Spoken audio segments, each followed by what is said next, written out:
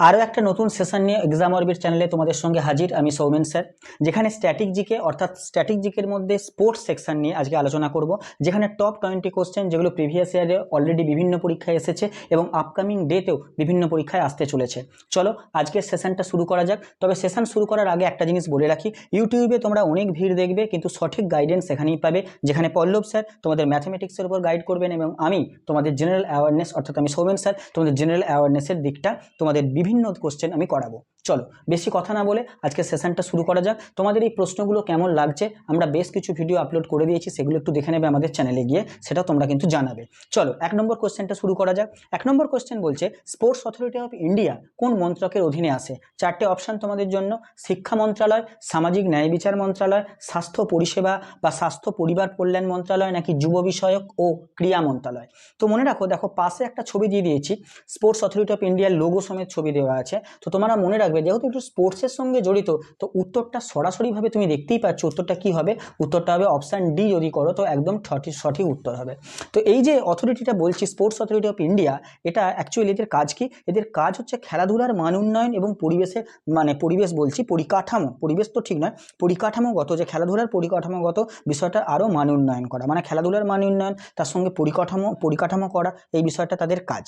Clear? তো এই সংস্থাটার headquarter কোথায়? না, সংস্থাটার হেডকোয়ার্টার হচ্ছে নিউ দিল্লিতে। অর্থাৎ স্পোর্টস অথরিটি অফ ইন্ডিয়ার হেডকোয়ার্টার হচ্ছে কোথায়? নিউ দিল্লিতে। এবং সংস্থাটা প্রতিষ্ঠিত হয় 1984-এ, অর্থাৎ 1984 সালে। তাহলে 1984 সালে স্পোর্টস অথরিটি অফ ইন্ডিয়া সংস্থাটা প্রতিষ্ঠিত হয়। তাহলে অপশান ডি এখানে রাইট অ্যান্সার হলো। চলো আমরা 2 নম্বর কোয়েশ্চেনে চলে আসি। 2 নম্বর কোয়েশ্চেনটা যদি দেখি, যে খেলাধুলার একটা টার্ম দিয়েছে এখানে চেকমেট। খেলাধুলার টার্ম সংক্রান্ত নানান বিষয় কিন্তু পরীক্ষায় তোমাদের প্রিভিয়াস ইয়ারে এসেছে। তো এখানেও একটা টার্ম দিয়েছি চেকমেট। এটা কোন খেলার সাথে যুক্ত? পোলো, ভলিবল, হ্যান্ডবল নাকি দাবা? কোন খেলার সাথে যুক্ত হচ্ছে চেকমেট শব্দটা? ক্লিয়ার? বোঝা গেল?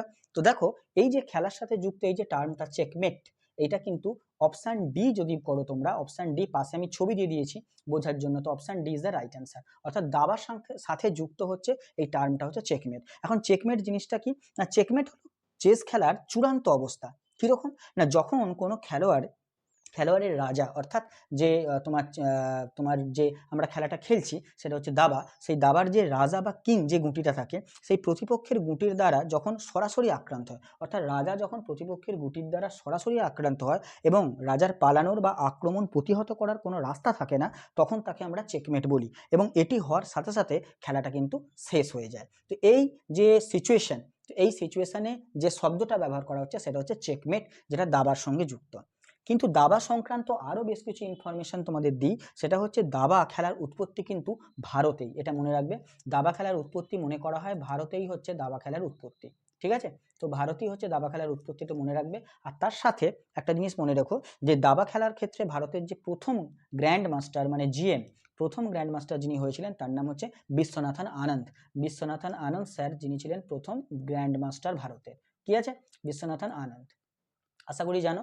তো এটা হচ্ছে ইনফরমেশন। চলো অন্য খেলাগুলো একটু দেখি। পোলোতে দেখবে জেনারেলি পোলো হয়, ওয়াটার পোলো হয়। পোলোতে থাকে 4 জন, ওয়াটার পোলোতে থাকে 7 জন। তাছাড়া পোলো খেলার সঙ্গে একটা ইম্পর্টেন্ট টার্ম, এটা একটু মনে রেখো, তার নাম হচ্ছে ম্যালেট।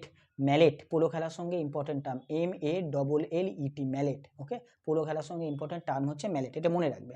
আচ্ছা, ভলিবল যদি বলি, ভলিবলের সঙ্গে ইম্পর্টেন্ট টার্ম একটু লিখে রাখবে, স্ম্যাশ হয়, সার্ভিস হয়, ব্লকিং হয়। আর হ্যান্ডবলের সঙ্গে যে জড়িত শব্দগুলো সেটা হচ্ছে পেনাল্টি থ্রো হয়, ফ্রি থ্রো হয়, ড্রিবলিং হয়। এই ওয়ার্ডটা কিন্তু পরীক্ষা একবার এসেছিল, ড্রিবলিং, DRIBLING, ড্রিবলিং, এই শব্দটা কিন্তু মনে রাখবে হ্যান্ডবলের সঙ্গে যুক্ত। আশা করি পুরো ব্যাপারটা ক্লিয়ার হয়ে গেছে। চলো অপশান ডি এখানে রাইট অ্যান্সার। 2 নম্বর কোশ্চেনের পর আমরা 3 নম্বর কোশ্চেনে চলে যাই, এবং 3 নম্বর কোশ্চেনে যদি দেখি, যে যদি সার্ভার একটি বৈধ সার্ভ করতে সক্ষম হয় এবং রিসিভার বলটি ফেরত দিতে না পারে, তখন তাকে বলা হয় এস, এবং সার্ভার পয়েন্ট পায়। এখানে কোন খেলাকে উল্লেখ করা হচ্ছে, তাই না? তো দেখো, খেলার যে ছবিটা সেটা তোমাদের ভিজুয়ালাইজেশনের মাধ্যমে মনে রাখার জন্য আমি দিয়ে দিয়েছি। তো ছবি দেখে তুমি বুঝতে পারছো যেটা কি উত্তর হতে পারে। কি উত্তর হতে পারে? একদম কি উত্তর হতে পারে? উত্তর হবে টেনিস, একদম ঠিক। তো টেনিস এখানে right answer, option C is the right answer. তো এখানে এটা হচ্ছে টেনিস খেলার সঙ্গে জড়িত, আমি বলে দিলাম। কিন্তু দেখো টেনিস খেলার 4টে প্রধান টুর্নামেন্ট আছে, ইউএস ওপেন আছে, তারপর অস্ট্রেলীয় ওপেন আছে, উইম্বলডন আছে, ফ্রেঞ্চ ওপেন আছে। এই 4টে টুর্নামেন্টকে একত্রে কি বলে বলো তো? Grand slam. একত্রে বলে গ্র্যান্ড স্ল্যাম, শুনেছো? আচ্ছা, বক্সিং খেলার সঙ্গে দু একটা শব্দ মনে রাখো একটু, সেটা হচ্ছে জ্যাব। বক্সিং খেলার সঙ্গে মনে রাখবে জ্যাব। বক্সিং খেলার সঙ্গে মনে রাখবে আর একটা টার্ম, সেটা হচ্ছে আপার কাট। আপার কাট নাম শুনে থাকবে, আপার কাট। তো আপার কাট শব্দটা অনেকের মনে হতে পারে এটা হচ্ছে ক্রিকেট খেলার সঙ্গে জড়িত, কিন্তু মনে রাখবে আপার কাট যে পোর্শনটা, সেটা বা এই যে টার্মটা, সেটা মনে রাখবে বক্সিংয়ের সঙ্গে অ্যাকচুয়াল শব্দটা। এর পাশাপাশি নকআউট, হুক, এই ধরনের শব্দগুলো বক্সিংয়ের সঙ্গে জড়িত। আচ্ছা, শুটিংয়ের সঙ্গে জড়িত যদি শব্দ বলি, শুটিংয়ের সঙ্গে হচ্ছে বুলসাই। বুলসাই হচ্ছে তোমার শুটিংয়ের সঙ্গে জড়িত একটা শব্দ, ঠিক আছে? আচ্ছা, এরপর কুস্তি। কুস্তির সঙ্গে যদি একটা শব্দ বলি, তার নাম হচ্ছে হাফ নেলসন। হাফ হাফ হচ্ছে নেলসন, হাফ নেলসন। এটা হচ্ছে কুস্তির সঙ্গে জড়িত শব্দ। ক্লিয়ার? তাহলে বাকি সব অপশানগুলোর সঙ্গে দু একটা করে টার্ম আমি বলে দিলাম স্পোর্টসের, সেগুলো মনে রাখার চেষ্টা করবে, না হলে কি হবে, তোমাদের সমস্যা হয়ে যাবে এই ধরনের কোশ্চেনগুলো যেহেতু পড়ে। চলো 4 নম্বর প্রশ্ন যদি আসি, 4 নম্বর প্রশ্নে যে দাবার বোর্ড হয়, দাবার বোর্ডে কতগুলো স্কোয়ার থাকে? তো খুব ইজি কোশ্চেন। দেখো, দাবার বোর্ডের পাশাপাশি আমি ছবি দিয়ে দিয়েছি যাতে করে তুমি সহজেই বুঝতে পারো। তো এখানে কি আছে দাবার বোর্ডে, দেখো 8x8 অর্থাৎ 8x8 অর্থাৎ রো 8টা কলম 8টা, সেই হিসাবে 64টা দাবার বোর্ডে স্কোয়ার থাকে, 64। যেখানে 32টা দেখো সাদা ঘর, আর 32টা থাকে আর মানে আরও অন্য কালারের ঘর থাকে, বা আরও হ্যাঁ অন্য কালারের ঘর থাকে, ঠিক আছে? তাহলে 64 is the right answer, option D is the এখানে রাইট অ্যান্সার। চলো 5 নম্বর কোয়েশ্চেনটায় চলে আসি। 5 নম্বর কোয়েশ্চেন হচ্ছে জ্যাভলিং থ্রোয়ের সঙ্গে পাশে লেখা আছে জাম্পিং, আর হাই জাম্পের সঙ্গে লেখা আছে পাশে থ্রোয়িং। 4টে অপশান দেওয়া আছে, যে দুটোই ঠিক নাকি দুটোর মধ্যে কোনোটাই ঠিক নয়, না দুয়েরটা ঠিক না একেরটা ঠিক, এই হচ্ছে দেওয়া আছে। দেখো ছবিটা দেখে তুমি কি আন্দাজ করতে পারছো? জ্যাভলিং থ্রোয়ের একটা ছবি দিয়ে দিয়েছি এখানে, দেখো এটা জ্যাভলিং থ্রোয়ের একটা ছবি দিয়ে দিয়েছি, আর এখানে ছবি দিয়ে দিয়েছি তোমার হাই জাম্পের। তো এখানে দেখতে পাচ্ছ কি দুটোর মধ্যে পাশাপাশি যাচ্ছে? তো যাচ্ছে না। তো অপশান এখানে কি হবে? অপশান এখানে 1 এবং 2 কোনোটাই হবে না। কেন না? জ্যাভলিং থ্রোয়ের সঙ্গে থ্রোয়িং যাবে, হাই জাম্পের সঙ্গে জাম্পিং যাবে, তো এখানে তো সেটা মিলছে না। তো উত্তর কি?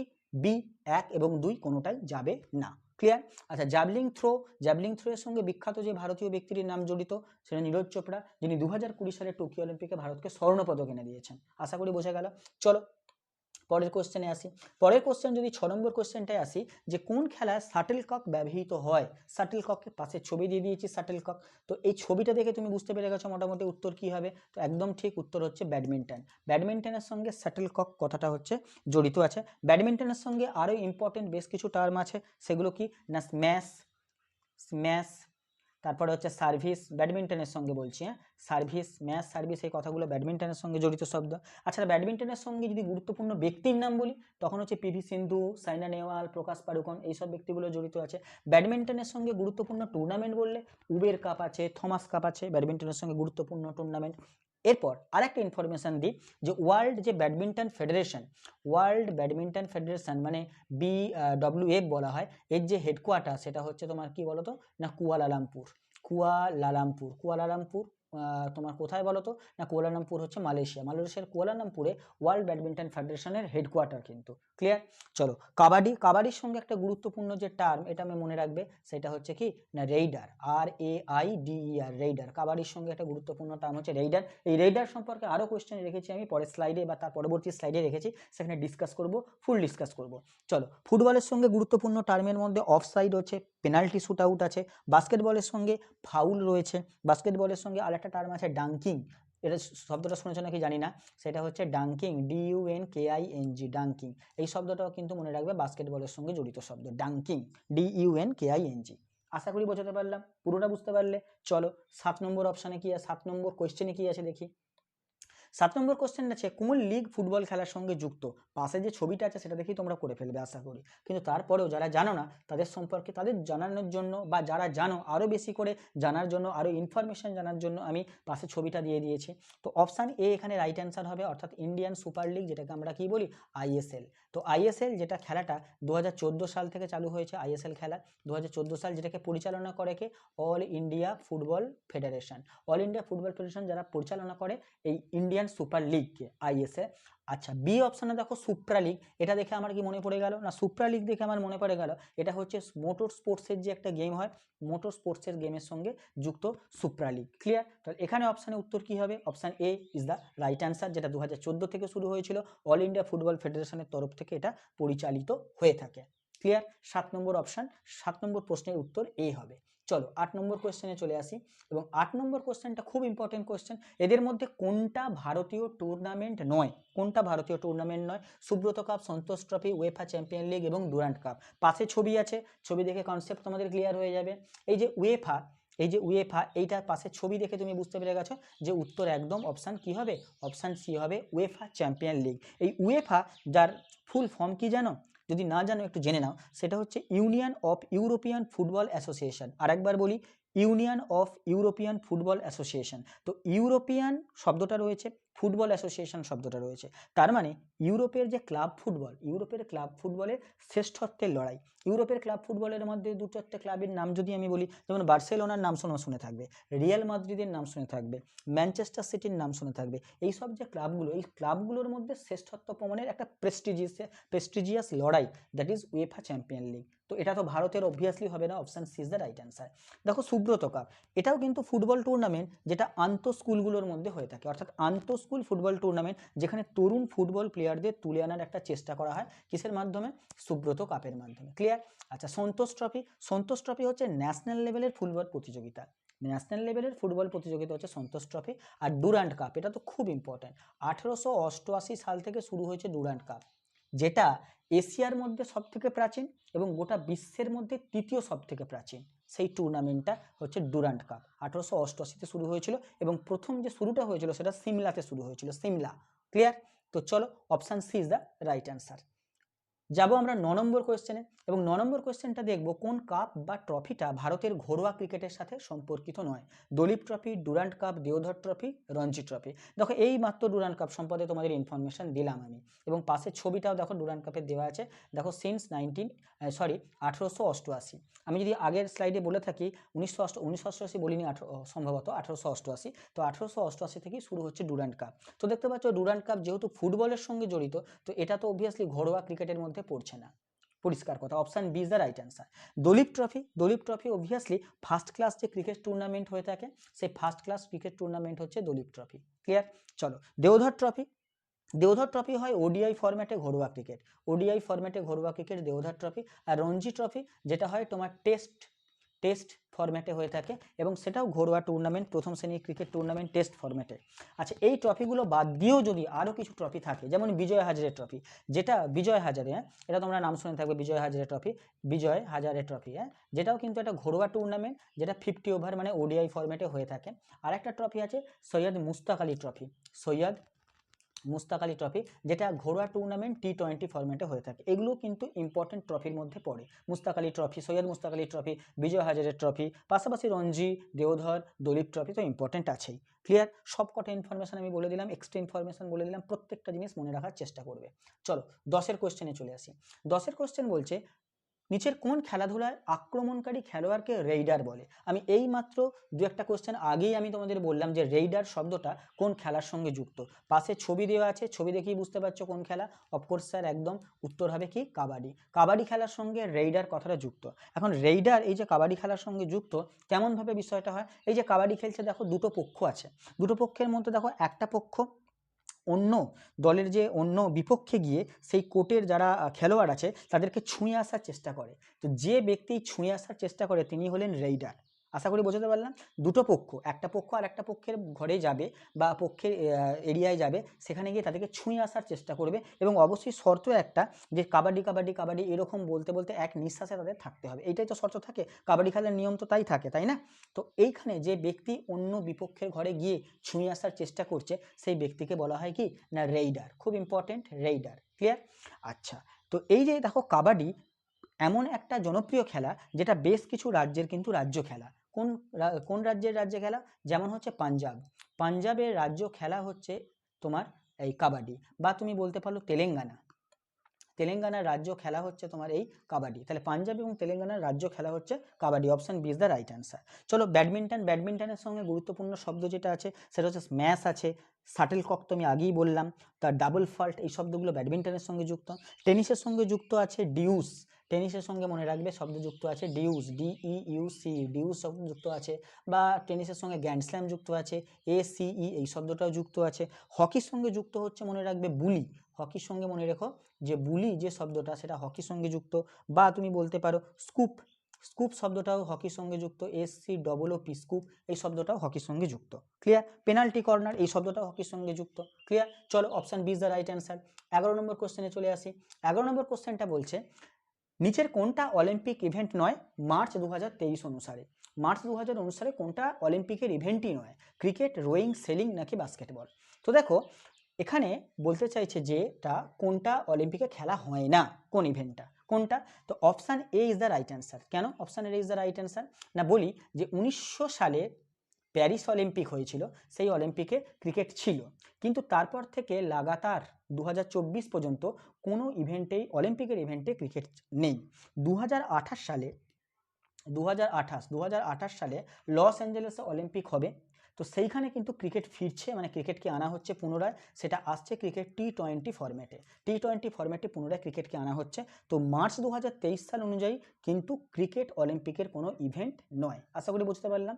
তাহলে 1900 সাল এবং তার থেকে 128 বছর পরে ক্রিকেট আসছে, লস অ্যাঞ্জেলেস অলিম্পিকে হবে T20 ফরম্যাটে। তাহলে বাকি অপশানগুলো অলিম্পিকের নির্দিষ্ট একটা বা অবশ্যই ইভেন্ট, অলিম্পিকের ইভেন্ট। ক্লিয়ার? চলো option A is the right answer. আশা করি বোঝাতে পারলাম। চলো 2028 আমি বললাম লস অ্যাঞ্জেলেসে হয়েছে, 2024-এ যে অলিম্পিক হয়েছে সেটা প্যারিসে হয়েছে, 2020-তে হয়েছে টোকিও অলিম্পিক, এবং 2032 এখনও পর্যন্ত ঠিক আছে যে 2032-এ নাকি এটা অস্ট্রেলিয়ার ব্রিসবেনে হওয়ার কথা। অস্ট্রেলিয়ার ব্রিসবেন, সেখানে হওয়ার কথা হচ্ছে 2032-এর অলিম্পিক। নেক্সট কোশ্চেনে আমরা চলে যাব। 12 নম্বর কোশ্চেন। তোমাদের কোশ্চেনগুলো কেমন লাগছে সেটা অবশ্যই জানাবে, এবং প্রথমবার দেখে থাকলে চ্যানেলটাকে সাবস্ক্রাইব করে দিও। চলো, কোন খেলা সাধারণত ডলফিন কিক এই শব্দটি ব্যবহৃত হয়? ডলফিন কিক এই শব্দটা ব্যবহৃত হয় long jump, high jump, javelin throw নাকি সাঁতার? পাশের ছবিটা দেখে তুমি আন্দাজ করে ফেলেছো যে ডলফিন কিক শব্দটা কোথায় ব্যবহৃত হবে। তো ডলফিন কিক শব্দটা অবভিয়াসলি ব্যবহৃত হয় হচ্ছে সাঁতারে। তো এখানে দেখো, তো সাঁতার, এখানে অপশান যে আছে option D is the right answer. সাঁতারের ক্ষেত্রে ডলফিন কিক শব্দটা ব্যবহৃত হয়। এছাড়াও সাঁতারে বেশ কিছু টার্ম ব্যবহৃত হয়, যেমন হচ্ছে বাটারফ্লাই স্ট্রোক, এটা কিন্তু পরীক্ষায় এসেছে একবার। বাটারফ্লাই স্ট্রোক, বাটারফ্লাই স্ট্রোক শব্দটা সাঁতারে ব্যবহৃত হয়। বা ব্যাক স্ট্রোক শব্দটা সাঁতারে ব্যবহৃত হয়, ব্যাক স্ট্রোক। তাহলে ব্যাক স্ট্রোক শব্দটা ব্যবহৃত হয়, ব্যাক স্ট্রোক শব্দটা, পাশাপাশি বাটারফ্লাই স্ট্রোক। আচ্ছা, তো বাটারফ্লাই স্ট্রোক আর ব্যাক স্ট্রোকের পাশাপাশি যদি ডলফিন কিক যে বিষয়টা শব্দটা, এটা অ্যাকচুয়ালি কি হয় না, এতে সাঁতারু তার দুই পা একসাথে যুক্ত রেখে ডলফিনের লেজের মতো ওপর নিচ করে শরীরের নিচের অংশ নাড়ায়, এবং এটি জলের নিচে দ্রুত গতিবেগ বজায় রাখতে সাহায্য করে সাঁতারুকে। এটাই হচ্ছে ডলফিন কিক যে বিষয়টা, সেই বিষয়টা বলে দিলাম। চলো, ডি অপশান অর্থাৎ সাঁতার এখানে রাইট অ্যান্সার। এবার বাকি আমরা কোশ্চেন দেখবো 13 নম্বর কোশ্চেনে। 13 নম্বর কোশ্চেনটা যদি দেখে আসি তাহলে দেখবো যে মিক্সড ডাবলস আকারে কোন খেলাটি খেলা হয় না? মিক্সড ডাবলস আকারে কোন খেলাটি খেলা হয় না? হ্যান্ডবল, ব্যাডমিন্টন, টেনিস নাকি টেবিল টেনিস? তো দেখো পাশে যে ছবিটা দেওয়া আছে, পাশে একটা ছবি দেওয়া আছে, এই ছবিটাতে কোথাও কি তোমার মনে হচ্ছে যে এই খেলাটা ব্যাডমিন্টন, টেনিস কিংবা টেবিল টেনিসকে উল্লেখ করছে? একদম করছে না। তাহলে তোমার অপশান একটাই থাকবে, অপশান কি না, এটা হচ্ছে হ্যান্ডবল। হ্যান্ডবলে হচ্ছে দলগত খেলা, যেখানে তুমি জানো যে 7জন করে তোমার থাকে, একটা দলে 7জন করে থাকে। তো সেখানে তো মিক্সড ডাবলস মানে 1x1 বা ডবল যে ব্যাপারটা, মানে এই এক পক্ষে 2 জন আর এক পক্ষে 2 জন এরকমভাবে খেলা হয় না, যেটা ব্যাডমিন্টনে 1x1 হয় বা 2 করে হয়ে থাকে, টেবিল টেনিস বা টেনিস এই ধরনের খেলাতে হয়ে থাকে, যেটা সেটা হ্যান্ডবলে হয়ে থাকে না, মিক্সড ডাবলস হয়ে থাকে না। তো option A is the right answer. পাশে আমি হ্যান্ডবলের একটা ছবি দিয়ে দিয়েছি তোমাদের বোঝার জন্য কি টাইপের খেলাটা। চলো 13 নম্বর কোয়েশ্চেন পর 14 নম্বর কোয়েশ্চেন দেখবো এবার। 2023 সালে ভারতকে হারিয়ে কোন দেশ আইসিসির ওয়ার্ল্ড টেস্ট চ্যাম্পিয়নশিপ জিতেছে? নিউজিল্যান্ড, অস্ট্রেলিয়া, দক্ষিণ আফ্রিকা নাকি ইংল্যান্ড? দেখো পাশের ছবি দেখে তুমি বুঝতে পেরে গেছো যে কি উত্তর হবে। Of course Australia. তো অস্ট্রেলিয়া 2023-এর WTCর ফাইনাল জিতেছে। WTC কি না, WTC হচ্ছে ওয়ার্ল্ড টেস্ট চ্যাম্পিয়নশিপ, যেটা অ্যাকচুয়ালি শুরু হয়েছিল কবে না 2019 থেকে। 2019, 2021 এই হচ্ছে টেনিয়রটা চলে, এবং 2021-এ যিনি প্রথমবার যে দেশ উইনার হয়েছিল সেটা হচ্ছে নিউজিল্যান্ড, অর্থাৎ অপশান এ যেটা, সেটা কিন্তু 2021 সালে নিউজিল্যান্ড উইনার হয়েছিল। 2021 থেকে 2023 এই 10 ইয়ারে 2023-এ ভারতকে হারিয়ে অস্ট্রেলিয়া উইনার হয়েছিল এবং 2023 থেকে 2025 এই 10 ইয়ারে দক্ষিণ আফ্রিকা জিতেছে, অর্থাৎ চ্যাম্পিয়ন হয়েছে ওয়ার্ল্ড ওয়ার্ল্ড তোমার WTC, যেটা আমি বলছি যে ওয়ার্ল্ড টেস্ট চ্যাম্পিয়নশিপে। ক্লিয়ার? তো option B is the right answer. আশা করি বোঝাতে পারলাম। চলো 15 নম্বর কোশ্চেনটা একটু দেখে নিই। 15 নম্বর কোশ্চেনটা যদি দেখব যে কাবাডি খেলার মাঠে প্রতিটা দলে কতজন খেলোয়াড় থাকে। কাবাডি খেলার একটা ছবি আমি দিয়ে দিয়েছি যাতে করে তোমাদের বোঝার সুবিধা হয়। তো কাবাডি খেলাতেও তোমরা মনে রাখবে যে মাঠে সেক্ষেত্রে কিন্তু 7 জন প্লেয়ার থাকে, 7 জন, যদিও 5 জন সাবস্টিটিউট প্লেয়ার থাকে যাদের প্রয়োজন অনুসারে মূল দলের খেলোয়াড়দের পরিবর্তে নামানো হয়ে থাকে, কিন্তু মাঠে থাকে এককালীন 7 জন। দেখো কাবাডি খেলার আমি একটা ছবি দিয়ে দিয়েছি। আচ্ছা, তো উত্তর হবে এখানে অপশান বি। আচ্ছা, 9 জন প্লেয়ার থাকে এমন একটা খেলার নাম, সেটা হচ্ছে বেসবল। বেসবলে তোমার 9 জন থাকে। আর এছাড়াও খোখো বলে একটা খেলা হয়, খোখো। খোখো অনেকেই হয়তো জানবে খেলাটা। তো খোখো খেলাতেও কিন্তু মনে রাখবে 9 জন প্লেয়ার থাকে মাঠে। আশা করি বোঝাতে পারলাম। চলো 16 নম্বর কোশ্চেনটা দেখি। 16 নম্বর কোশ্চেন যদি দেখি যে 1980 সালে অল ইংল্যান্ড ব্যাডমিন্টন চ্যাম্পিয়নশিপ জয়ী প্রথম ভারতীয় কে? 4টে অপশান, কিরণ বেদী, ধ্যানচাঁদ, প্রকাশ পাড়ুকোন নাকি সচিন তেন্ডুলকার। যে ছবিটা দেওয়া আছে সেই ছবি দেখে তুমি যদি অপশান এলিমিনেট করো তাও তোমার হয়ে যাবে, কারণ এই যে ছবিটা দেওয়া আছে ইনি হচ্ছেন আর কেউই নয়, তিনি হলেন প্রকাশ পাড়ুকোন, অর্থাৎ option C is the right answer, option C. Clear? তো প্রকাশ পাড়ুকোন যিনি 1980 সালে অল ইংল্যান্ড ব্যাডমিন্টন চ্যাম্পিয়নশিপ জয়ী প্রথম ভারতীয় ছিলেন। শুধু তাই নয়, মনে রাখবে যে ব্যাডমিন্টনে বিশ্ব র্যাঙ্কিংয়ে নাম্বার 1ও হয়েছিলেন এই বিখ্যাত ব্যক্তি প্রকাশ পাড়ুকোন। ক্লিয়ার? চলো কিরণ বেদী। কিরণ বেদীকে না প্রথম ভারতীয় মহিলা IPS অফিসার হচ্ছে কিরণ বেদী, প্রথম ভারতীয় মহিলা IPS অফিসার। ক্লিয়ার? বোঝা গেল। ধ্যানচাঁদ। ধ্যানচাঁদ হচ্ছে হকির জাদুঘর। তোমরা জানো যে হকির জাদুঘর, এনার জন্মদিন 29শে আগস্ট, সেই অনুসারে আমাদের ন্যাশনাল স্পোর্টস ডে পালন করে থাকি, ন্যাশনাল স্পোর্টস ডে পালন করে থাকি 29শে আগস্ট। কেন না 1928 থেকে 1936, 1928, 1932, 1936 এই যে 3 বছর আমরা অলিম্পিকে হকিতে স্বর্ণপদক এনেছিলাম, যার পিছনে একটা অসম্ভব ভূমিকা ছিল, অসম্ভব টাইপের অসামান্য ভূমিকা ছিল এই ধ্যানচাঁদ। ক্লিয়ার? ধ্যানচাঁদ মানে হকির জাদুঘরে। আচ্ছা, সচিন তেন্ডুলকার যাকে আমরা বলি গড অফ ক্রিকেট, তার সম্পর্কে যত বেশি বলা হবে সময়ে থাকবে না, মানে যত সময় থাকবে না বলে বলতে চাইছি যে তার সম্পর্কে যতই আমরা বলি না কেন হয়তো কম পড়ে যাবে সচিন তেন্ডুলকার সম্পর্কে, তাই তো? তো অপশান সি এখানে রাইট অ্যান্সার। চলো আমরা যাব পরের কোশ্চেনে। পরের কোশ্চেন যদি দেখি 17 নম্বর, কোন রাজ্যে নেহেরু ট্রফি নৌকা বাইচ আয়োজিত হয়? কর্ণাটক, তামিলনাড়ু, কেরালা এবং গোয়া। দেখো এই বোট রেসিংয়ের একটা ছবি তোমাদের বোঝার জন্য আমি দিয়ে দিয়েছি যাতে করে তোমরা সহজেই বুঝতে পারো। এটা হয় কোথায় না, এটা অপশান উত্তর হবে কি না option C is the right answer, কেরালাতে। এই বোট রেসিংয়ের যে বিষয়টা এটা হয়ে থাকে কেরালাতে। এটার যে মূল আকর্ষণ সেটা হচ্ছে চুন্দান ভাল্লা। চুন্দান ভাল্লা এর মানে কি আমি সেটা বলবো। CHUNDAN চুন্দান, আর ভাল্লাম VALLAM চুন্দান ভাল্লাম, যার অর্থ কি না যার অর্থ হলো সাপের মতো লম্বা একটা নৌকা থাকবে এবং একটা নৌকাতে প্রায় 100 থেকে 120 জন মাঝি থাকবে, একসাথে তারা নৌকা চালাবে এবং এটা বেশ মানে কি মনোমুগ্ধকর একটা দৃশ্য, দেখতে খুব ভালো লাগে। 1952 সালে এরকম একটা ঘটনা ঘটেছিল। 1952 সালে তৎকালীন ভারতের যে প্রাইম মিনিস্টার জওহরলাল নেহেরু কেরালাতে ভ্রমণ করতে গিয়ে তিনি এই নৌকা বাইচ প্রতিযোগিতাটা দেখে মুগ্ধ হয়ে গিয়েছিলেন এবং বিজয়ীদের জন্য একটি রূপোর ট্রফি উপহার দিয়েছিলেন এবং তখন থেকেই এই প্রতিযোগিতাটার নাম হয়ে গেছে নেহেরু ট্রফি। ক্লিয়ার? তো একটা ব্যাকগ্রাউন্ডে ইতিহাস এটাই যে নেহেরু ট্রফি কেন নাম হয়েছে, এই কারণে নেহেরু ট্রফি নাম হয়েছে। অপশান সি এখানে রাইট অ্যান্সার। তো এবার যদি অন্য অপশানগুলো দেখি, দেখো কর্ণাটক। কর্ণাটকে এক ধরনের খেলা হয়ে থাকে মহিষের দৌড় প্রতিযোগিতা, এটা কিন্তু কর্ণাটকে হয়ে থাকে মহিষের দৌড় প্রতিযোগিতা। তামিলনাড়ুতে হয়ে থাকে তোমরা জানো যে জালিকাট্টু ফেস্টিভ্যাল, খুব হচ্ছে জনপ্রিয় একটা ফেস্টিভ্যাল জালিকাট্টু ফেস্টিভ্যাল। ক্লিয়ার? আর গোয়াতে হয়ে থাকে কার্নিভাল, খুব একটা বিখ্যাত উৎসব হচ্ছে কার্নিভাল, গোয়াতে হয়ে থাকে। Clear? Option C right answer. তো 18 নম্বর কোশ্চেনে যাব। 18 নম্বর কোশ্চেন দেখো, ওয়েটলিফটিংয়ে যখন একজন ক্রীড়াবিদ স্ন্যাচ বা ক্লিন অ্যান্ড জার্কের 3টে প্রচেষ্টায় মিস করে তখন তাকে কি বলা হয়? 4টে অপশান তোমাদের জন্য আছে। দেখো পাশে ছবি দিয়ে দিয়েছি, ওয়েটলিফটিং করছেন একজন ক্রীড়াবিদ, তো ওয়েটলিফটিং করছেন একজন ক্রীড়াবিদ তার একটা ছবি দিয়ে দিয়েছে। তো এখানে যেটা উত্তর যেটা হবে option D is the right answer, অর্থাৎ বম্বিং আউট বলে। বম্বিং আউট জিনিসটা কি না, সাধারণত অ্যাথলেট যদি তার সামর্থ্যের তুলনায় বেশি ওজন শুরুতে বেছে নেয় অথবা টেকনিক্যাল ভুলের কারণে 3টি সুযোগই মিস করে ফেলেন, তখন যে পরিস্থিতির সৃষ্টি হয় সেটাই হচ্ছে বম্বিং আউট। আশা করি বোঝাতে পারলাম।